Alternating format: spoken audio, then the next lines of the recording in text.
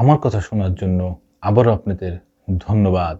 শেখ হাসিনাকে কেন ভারতে আশ্রয় দেওয়া হয়েছে? এই প্রশ্ন এখন সারা ভারতবর্ষে। কেন তাকে আশ্রয় দেওয়া হয়েছে?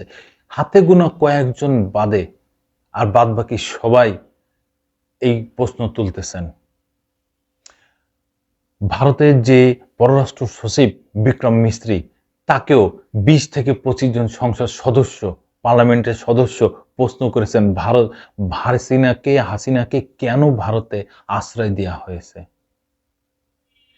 সংসদে একজন রানিং থাকা অবস্থায় তিনিও একটা আলাদা দলের প্রধান, তিনিও প্রশ্ন করেছেন হাসিনাকে কেন ভারতে আশ্রয় দেওয়া হয়েছে। কিন্তু ভারত সরকার কোনো সদুত্তর দিতে পারে নাই, পারবেও না।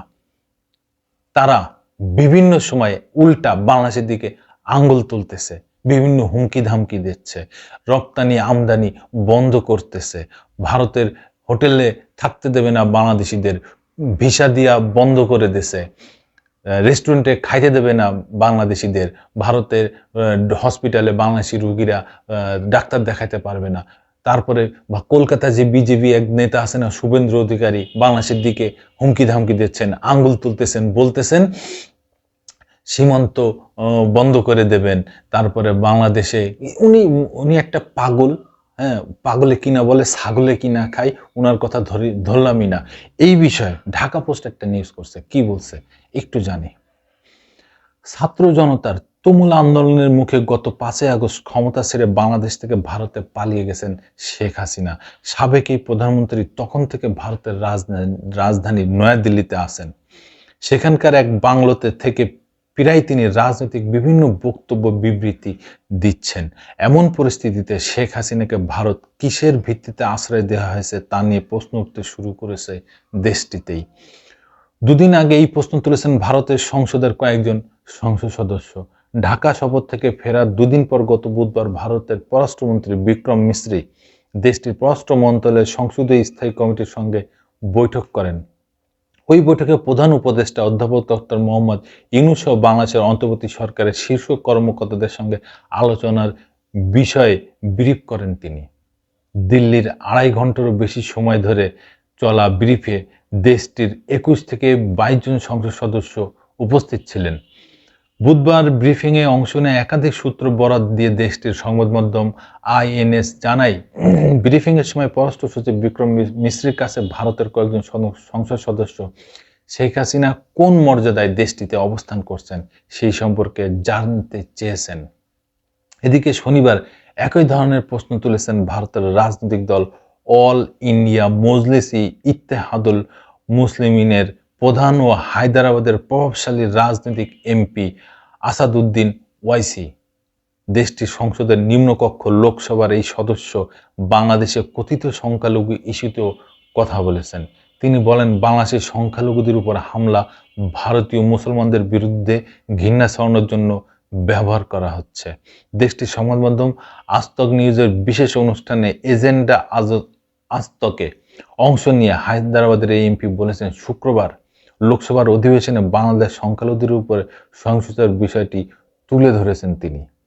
সংখ্যালঘুর উপরে হামলার বিষয়ে বাংলাদেশের ডক্টর মোহাম্মদ ইউনূস নেতৃত্বাধীন অন্তর্বর্তী সরকারের সঙ্গে ভারত সরকারের কথা বলা উচিত। কেন বাংলাদেশের সংখ্যালঘুদের উপরে হামলার কারণে ভারতীয় মুসলমানদের বিরুদ্ধে ঘৃণা ছড়ানো হচ্ছে। এরপরে তিনি বাংলাদেশের সাবেক প্রধানমন্ত্রী ভারতে আশ্রয়ের বিষয়ে প্রশ্ন করেন, বাংলাদেশের ক্ষমতাচ্যুত প্রধানমন্ত্রী শেখ হাসিনা ভারতে কেন আশ্রয় নিয়েছেন এবং বাংলাদেশের সরকারের বিরুদ্ধে বিবৃতি দিচ্ছেন। ভারতের প্রধানমন্ত্রী নরেন্দ্র মোদীর নেতৃত্বাধীন বিজেপি সরকার কি হাসিনার এসব বক্তব্যকে সমর্থন করছেন? প্রশ্ন করেন তিনি।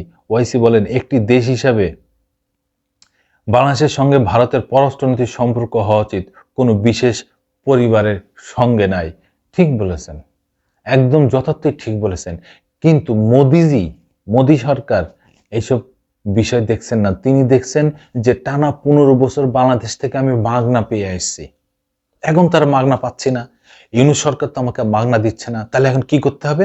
বাংলাদেশের ঘাড়ের উপরে চেপে বসতে হবে, বাংলাদেশের দিকে আঙুল তুলতে হবে, বাংলাদেশকে হুমকি ধামকি দিতে হবে, তাহলে বাংলাদেশ চুপ হয়ে যাবে এবং যে মাগনা আমরা ১৫ বছর পাচ্ছিলাম, আরো সামনে যতদিন যাবে কিয়ামত পর্যন্ত আমরা মাগনা পেতেই থাকবো।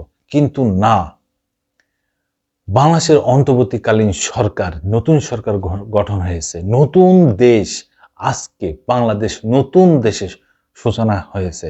সেই নতুন দেশে কোনো দেশের তাবেদারি করবে না, কোনো কারোর গোলামি করবে না এই বাংলাদেশ। বাংলাদেশ স্বাধীন সার্বভৌম দেশ। কেউ এসে ঘাড়ে পরে চেপে বসবে, তার এই বাংলাদেশের মানুষ সহ্য করবে না। সেই ব্যক্তি প্রত্যয় করতেছেন, প্রতি মুহূর্তে বলতেছেন অন্তর্বর্তীকালীন সরকারের উপদেষ্টারা এবং এই বাংলার জনগণরা। ধন্যবাদ বন্ধুরা, আবার আসবো নতুন কোনো কথা নিয়ে, নতুন কোনো ঘটনা নিয়ে। আমি প্রিন্স।